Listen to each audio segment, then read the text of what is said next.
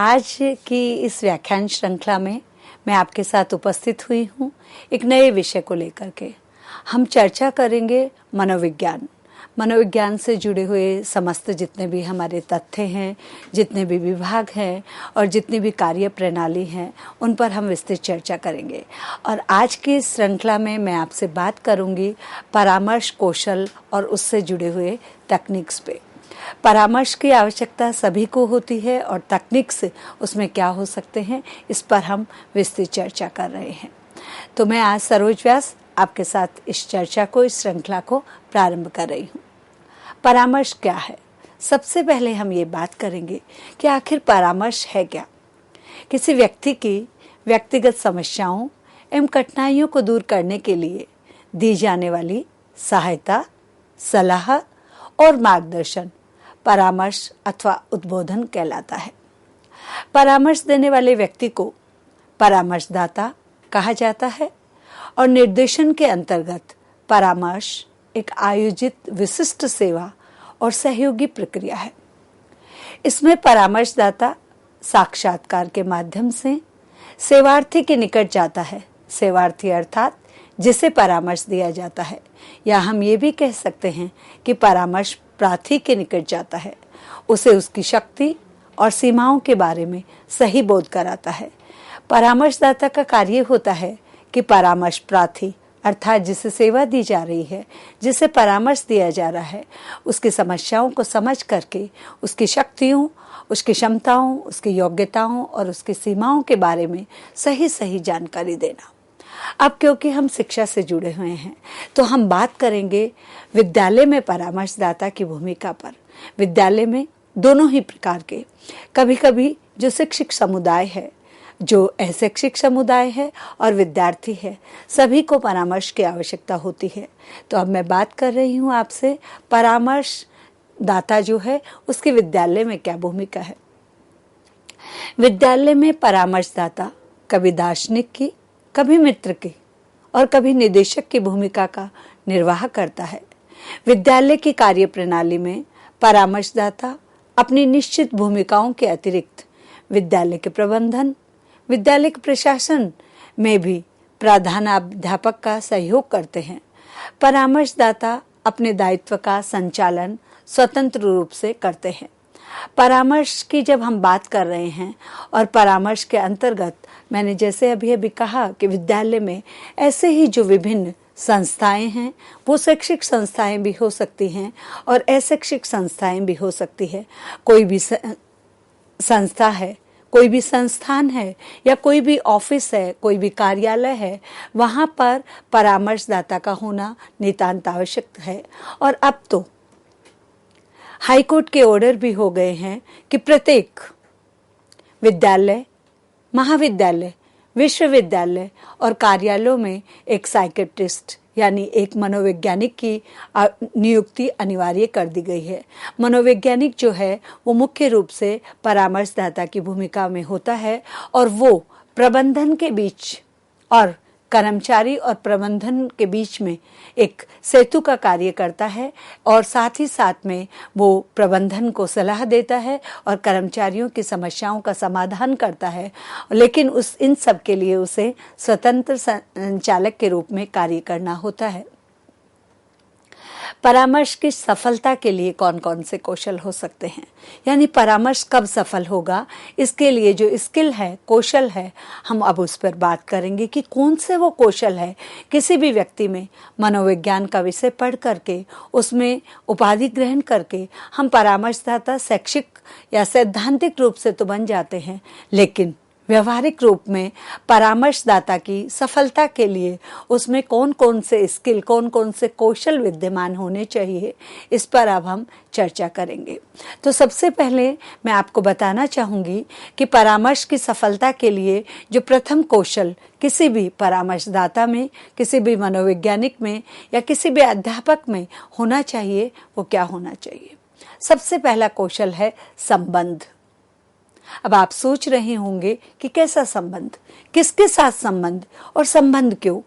परामर्श के उपबोधक और उपबोध्य के मध्य उपबोधक यानी परामर्श देने वाला, उपबोध्य यानी परामर्श ग्रहण करने वाला, परामर्श दाता और परामर्श प्रार्थी के मध्य उनके बीच में मित्रतापूर्ण संबंध होना आवश्यक है। परस्पर संबंध के आधार पर उपबोधक उपबोध्य का विश्वास जीतकर उसके जीवन के गोपनीय तथ्यों को जानने में सफल हो सकता है। इसलिए इस संबंध स्थापित करने में उपबोधक को निपुण होना चाहिए। इस कौशल की निपुणता के लिए आवश्यक है कि उपबोधक मधुर वाणी का उपयोग करे। देखिए, कहावत भी आप लोगों ने सुनी होगी कि गुड़ नहीं दे लेकिन गुड़ जैसी बात कर लेनी चाहिए, मीठा बोलना चाहिए।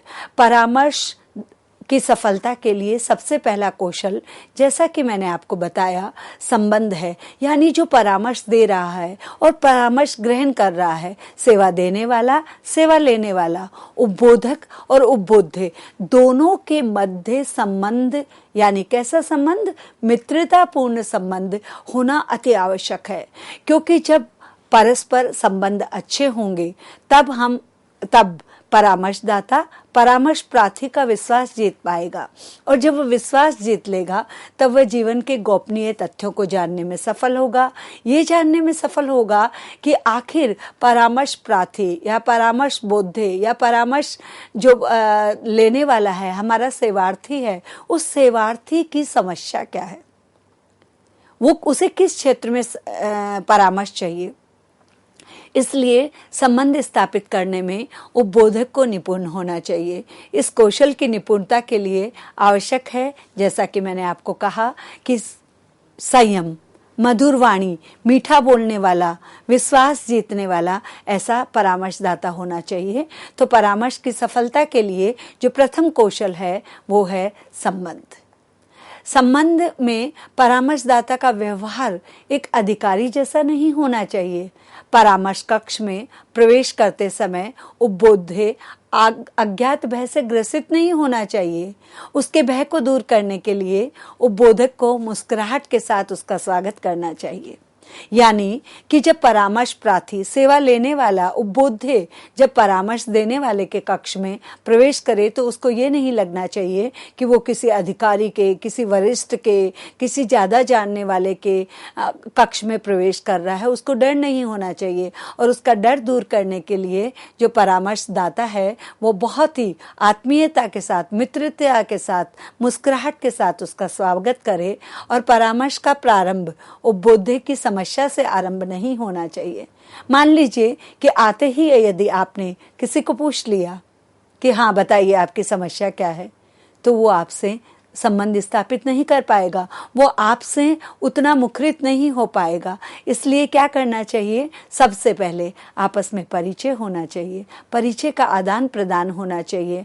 नाम क्या है, कहाँ कार्य करते हैं, क्या क्या आपकी रुचियां हैं, कहाँ आप रहते हैं और आपके जीवन के उद्देश्य क्या है, आदि आदि। परिवार के बारे में जानकारी लेना, विद्यालय की और संस्थाओं की क्रियाओं में रुचि आदि के बारे में चर्चा करना, और उपबोध्य के हृदय को जीत करके मधुर संबंध स्थापित करने में सफल हो सकते हैं। अतः परामर्शदाता को व्यंग, अनुचित शब्द और आलोचना से बचना चाहिए। व्यंग यानी यदि आपने किसी सेवार्थी को, उपबोध्य को या परामर्श प्रार्थी को आते ही पूछ लिया, हाँ भाई और बताओ क्या संकट चल रहा है, आप तो बहुत बड़े आदमी हैं, ऐसे कैसे हो सकता है, और कहो बताओ क्या उलझन है, बको, इस तरह के अनुचित शब्दों का और आलोचना का प्रयोग नहीं करना चाहिए। ऐसे भी कदापि नहीं कहना चाहिए कि भैया तुम्हारे जीवन में क्या संकट है, क्यों परेशान हो रहे हो, इस तरह की बातें नहीं करनी चाहिए। तो सबसे पहला है संबंध स्थापित करना। जब परामर्शदाता और परामर्श प्रार्थी के बीच में संबंध स्थापित हो जाता है तो दूसरा कौशल आता है दृढ़ता का।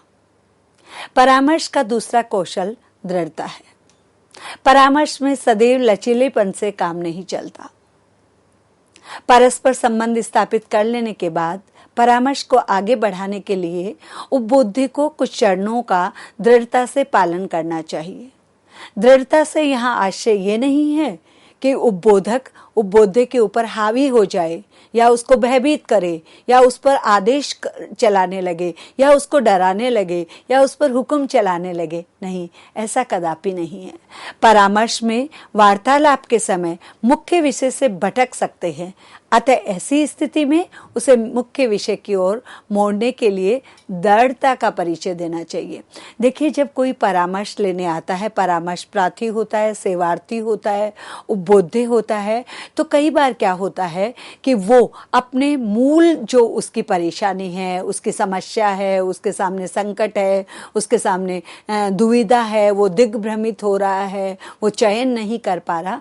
कई बार आपस में वार्तालाप में क्या होता है, संबंध स्थापित करके जब मधुरता के साथ मित्रतापूर्ण व्यवहार होता है, तो कई बार जो परामर्श लेने आता है वो क्या करता है कि अपने मुख्य समस्या से भटक जाता है और इधर उधर की बातें करने लगता है। ऐसी परिस्थिति में परामर्शदाता, उपबोधक का और सेवा देने वाले का ये कर्तव्य बनता है, ये दायित्व बनता है कि वो कुछ दृढ़ता के साथ उसे उस विषय की ओर मोड़े और कुछ दृढ़ता के साथ कुछ चरणों का पालन करे। तो जब परामर्श के कौशल की हम बात कर रहे हैं, परामर्श की सफलता किन कौशलों पर आधारित है, तो हमने बात करी संबंध की, संबंध के बाद हमने बात करी दृढ़ता की। और अब दृढ़ता के बाद में हम चर्चा कर रहे हैं विचार विनिमय का कौशल।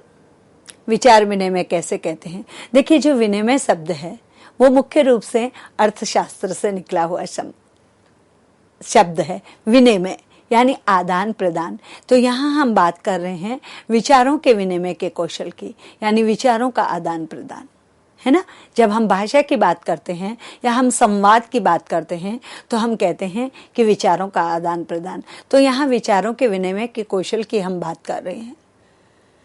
परामर्श की सफलता विचारों के परस्पर आदान प्रदान पर निर्भर करती है। आदान प्रदान यानी परामर्श जो दाता है वो अपनी बात कहे और परामर्श प्रार्थी अपनी बात कहे, यानी एक दूसरे के साथ चर्चा का या वार्तालाप का आदान प्रदान करना, भावनाओं का आदान प्रदान, समस्याओं का आदान प्रदान, उद्देश्यों का आदान प्रदान, लक्ष्यों का आदान प्रदान।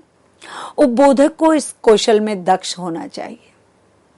उपबोध्य के साथ वार्ता को आगे बढ़ाने में निपुण होना चाहिए। अनेक बार उपबोध्य कुछ चिंतन में लीन हो जाते हैं और चर्चा बंद कर देते हैं। कई बार आप लोगों ने भी अपने जीवन में देखा होगा, हमने भी देखा है कि जब हम कोई समस्या ग्रसित व्यक्ति होता है, कोई चिंतित होता है, कोई व्यक्ति तनाव में होता है, कोई दिग्भ्रमित होता है या कोई अनिर्णय की स्थिति में पहुंच जाता है, तो जब उससे चर्चा करते हैं तो वो बात करते करते अचानक बात करना बंद हो जाता है और अपने चिंतन में लीन हो जाता है। लेकिन परामर्श की जब हम बात करेंगे तो परामर्श प्रार्थी को इस दिशा में नहीं पहुंचाना है, यानी परामर्शदाता है वो कौशल होना चाहिए किसमें? विचारों के विनिमय में। वो इस तरह की चर्चा करे कि उपबोध्य जो है वो चुप नहीं हो जाए, वो बात करना बंद नहीं कर दे। उपबोधक का भाषा पर अधिकार होना चाहिए, अनुचित शब्द और आलोचना से उसे बचना चाहिए तथा बिना किसी पूर्वाग्रह के उपबोध्य की बात सुननी चाहिए। जब उपबोध्य अपनी बात करता है तो परामर्शदाता को कभी भी उसके प्रति धारणा नहीं बनानी चाहिए। उसे पहले से ही नहीं सोच लेना चाहिए कि ये ऐसे बताएगा, वैसे बताएगा, ये समस्या हो सकती है। नहीं, पूर्वाग्रह यानी पहले से कोई भी धारणा को नहीं बना लेना चाहिए और उसको क्या करना चाहिए? परामर्श प्रार्थी, उपबोध्य, सेवार्थी की बात को ध्यानपूर्वक सुनना चाहिए, बिना कुछ पूर्व में धारणा बनाए, और उसे स्वयं को अनुचित शब्द और आलोचना से बचना चाहिए। ये हमारा हुआ परामर्श की सफलता के लिए तीसरा कौशल। पहला कौशल था हमारा संबंध, दूसरा कौशल था हमारा दृढ़ता और तीसरा कौशल था हमारा विचारों का विनिमय, यानी विचारों का आदान प्रदान। अब आता है सुनना। परामर्श की सफलता के लिए सुनना, श्रवण बहुत जरूरी है। परामर्श में परामर्शदाता के पास धैर्यपूर्वक सुनने की क्षमता होनी चाहिए। अनेक उपबोधे ऐसी बातें करते हैं जिनको सुनकर परामर्शदाता अपने पर से नियंत्रण खो देता है और उपबोधे आक्रोशित होकर परामर्श त्याग कर चला जाता है। अतः परामर्शदाता को ऐसा प्रदर्शन करना चाहिए कि वे उपबोधे की बातों को ध्यान से सुन रहा है। ध्यानपूर्वक सुनने का प्रदर्शन परामर्शदाता की मुख मुद्रा से प्रकट होना चाहिए। सुनने की कला में निपुणता दर्शाती है कि परामर्शदाता उपबोधे में रुचि ले रहे हैं। देखिए, एक तो जो परामर्श प्रार्थी है, उपबोधे है, सेवार्थी है, वो किसी न किसी मनोवैज्ञानिक समस्या से स्वयं भी पीड़ित है, झुंझलाया हुआ है, असंतोष में है, कुंठा में है, अवसाद में है, निराशा में है, उलझन में है, अनिर्णय की स्थिति में है।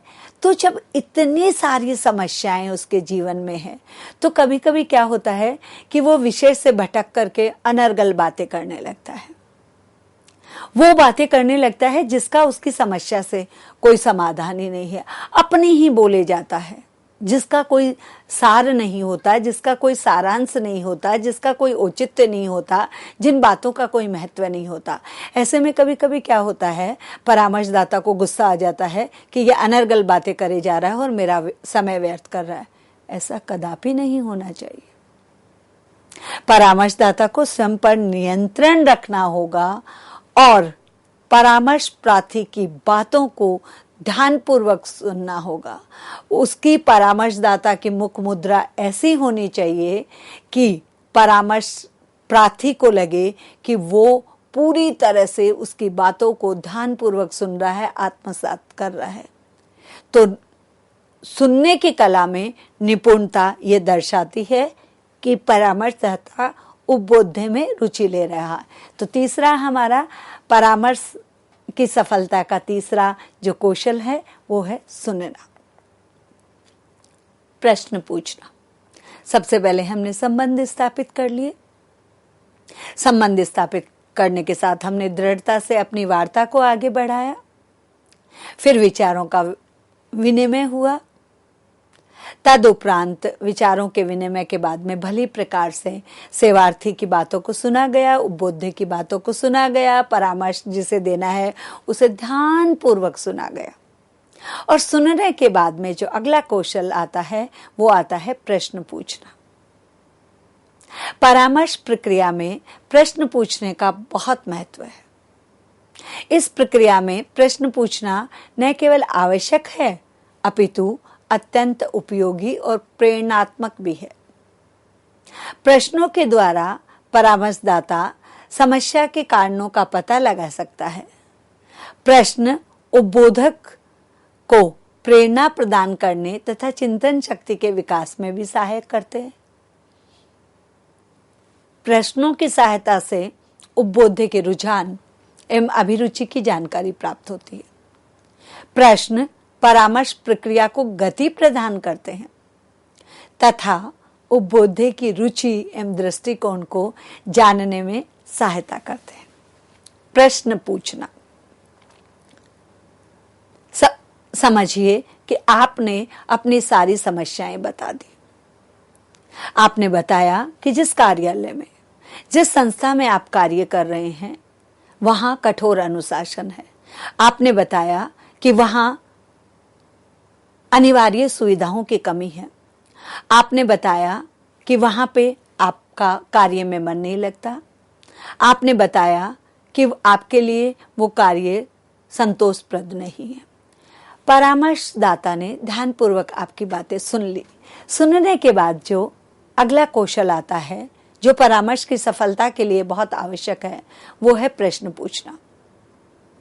परामर्श प्रक्रिया में प्रश्न पूछना यानी जैसा कि मैंने अभी आपको उदाहरण से बताया, आपने कहा कि वहां कठोर अनुशासन है, तो परामर्शदाता आपसे पूछ सकता है कि सामान्य अनुशासन और कठोर अनुशासन से आपका क्या अभिप्राय है। अनुशासन होना चाहिए या नहीं होना चाहिए? आप अनुशासन को कितना महत्व देते हैं?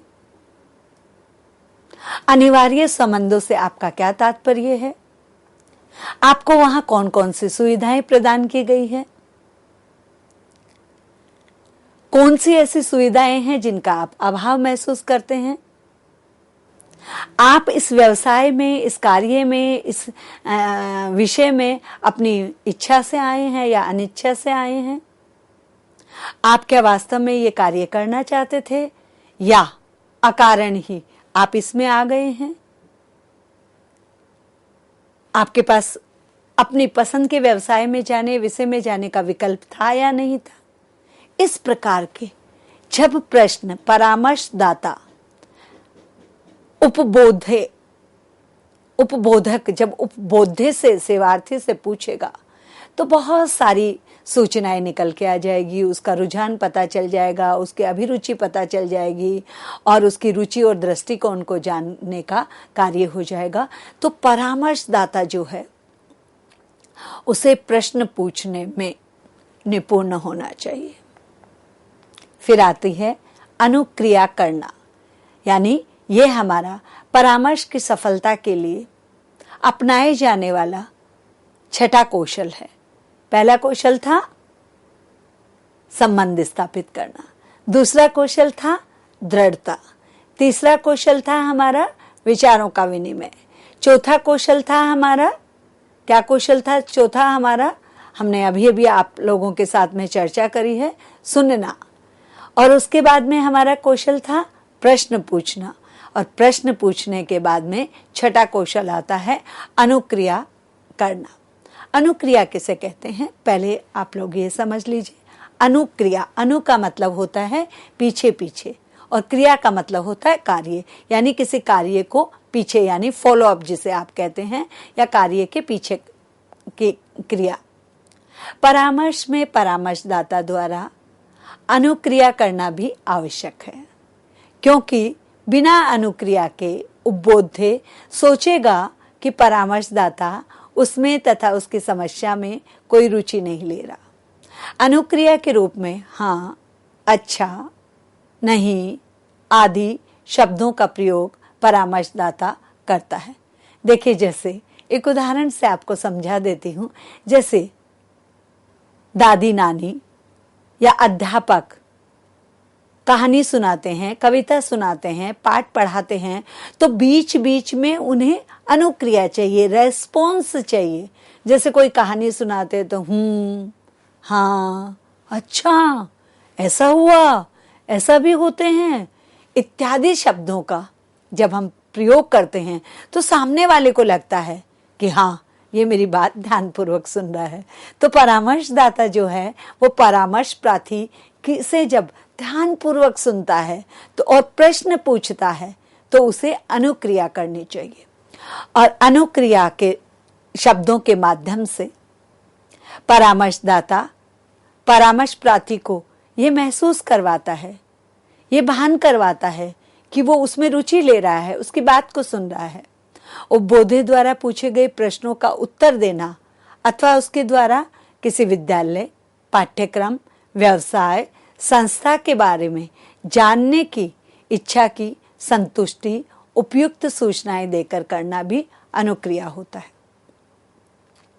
मान लीजिए कि मैंने कहा अनुक्रिया करना, और आपने कहा कि अनुक्रिया क्या केवल मौखिक ही हो सकती है? तो ऐसे में आपको उत्तर जब दे रहे हैं, जब परामर्श प्रार्थी कुछ पूछ रहा है या परामर्श प्रार्थी ने कह दिया कि नहीं, ऐसा कैसे हो सकता है, तो आपको उसे संतुष्टि देनी होगी, सूचनाएं देना होगा। और उसके बाद में जो हमारा 7वें नंबर का परामर्श की सफलता के लिए कौशल है वो है परामर्श साक्षात्कार करना। साक्षात्कार एक आत्मनिष्ठ विधि है। साक्षात्कार को परामर्श का हृदय माना गया है। अतः परामर्शदाता को साक्षात्कार कौशल में निपुण होना चाहिए। साक्षात्कार में परामर्शदाता को कुछ सोपानों, कुछ चरणों का पालन करना चाहिए। कौन कौन से हो सकते हैं वो चरण? तैयारी, समस्या का स्पष्टीकरण, समस्या का समाधान, समापन और मूल्यांकन। ये मैंने आपको कुछ आधार, कुछ चरण, कुछ सोपान बताए हैं, 5 जो परामर्शदाता साक्षात्कार में पूछता है। सबसे पहले मैंने आपसे कहा तैयारी। साक्षात्कार का उद्देश्य समय और स्थान पहले से ही निश्चित कर लेना चाहिए। उपबोध्य से संबंधित समस्त जानकारी आलेखों में पूर्व ही ज्ञात कर लेनी चाहिए। परामर्शदाता को साक्षात्कार में उपबोध्य का सहानुभूतिपूर्ण प्रदर्शन करके विश्वास जीतना चाहिए और साक्षात्कार के मध्य यानी साक्षात्कार के बीच में हास्य संबंधी बातों के द्वारा भी उपबोध्य को चिंता मुक्त करने का प्रयास करना चाहिए। मान लीजिए कि आप साक्षात्कार कर रहे हैं और आप किसी विषय पे बात कर रहे हैं और आपने बीच में कह दिया कि क्या बात है, आप तो बहुत हैंडसम लग रहे हो। इससे थोड़ा सा एक उत्साह बढ़ जाएगा, मोटिवेशन बढ़ जाएगा। दूसरा था समस्या का स्पष्टीकरण। विश्लेषण के द्वारा परामर्शदाता को समस्या के कारण जानने का प्रयास करना चाहिए। इसके बाद समस्या समाधान के विकल्पों पर चर्चा करनी चाहिए। यानी समस्या का स्पष्टीकरण विश्लेषण करके, मान लीजिए कि मैंने कह दिया कि जब मैं उद्बोधन देती हूं तो उद्बोधन देते समय और मुझे घबराहट होती है, कपकपी छूटती है, मेरे पैर थरथराने लगते हैं, तो विश्लेषण का मतलब है कि विश्लेषण यानी उस चीज का पूरी तरह से केवल कथनी पर नहीं, उसको वास्तविक रूप में जानने के बाद प्रयास करना चाहिए और उसके बाद समस्या के विकल्पों पर भी चर्चा करनी चाहिए। फिर आता है समापन। समापन करना कठिन होने के कारण परामर्शदाता को समापन कला में निपुण होना चाहिए। साक्षात्कार की समाप्ति अचानक नहीं करके इस धारणा के साथ होनी चाहिए कि आवश्यकता होने पर पुनः मिलेंगे। एकदम से बातें करते करते, मान लीजिए कि मैं आपको पढ़ा रही हूँ, मैं बता रही हूँ, मैं उद्बोधन दे रही हूँ, मैं व्याख्यान कर रही हूँ, आपके साथ चर्चा कर रही हूँ और अचानक मैंने कहा नमस्कार। ऐसा नहीं होना चाहिए, है ना। एक अच्छे नोट पर समापन होना चाहिए। फिर आता है मूल्यांकन। परामर्शदाता को साक्षात्कार का मूल्यांकन करके कमियों का पता करने का प्रयास करना चाहिए ताकि उन त्रुटियों की पुनरावृत्ति से बचा जा सके। तो इस प्रकार से आज का जो ये हमारा व्याख्यान है, जो हमने आज मनोविज्ञान की एक नई श्रृंखला को प्रारंभ किया है, इसमें सबसे पहले हमने बात करी कि परामर्श क्या है, संस्थाओं में परामर्शदाता की क्या भूमिका है, परामर्श की सफलता के लिए कौन कौन से कौशल है, एक संबंध है, दृढ़ता है, विचारों का विनिमय है, सुनना है, प्रश्न पूछना, अनुक्रिया करना, परामर्श के लिए साक्षात्कार करना और साक्षात्कार की पहले तैयारी करना, फिर समस्या का स्पष्टीकरण करना, उसका समाधान करना, समापन करना और फिर मूल्यांकन करना। ये हमारी परामर्श की, यदि ये परामर्श की सफलता चाहते हैं तो इन कौशलों को हम सबको जीवन में उतारना होगा। और इसी के साथ मैं अपनी वाणी को विराम देती हूँ। चर्चा को अगले सत्र में आगे बढ़ाएंगे। नमस्कार, धन्यवाद।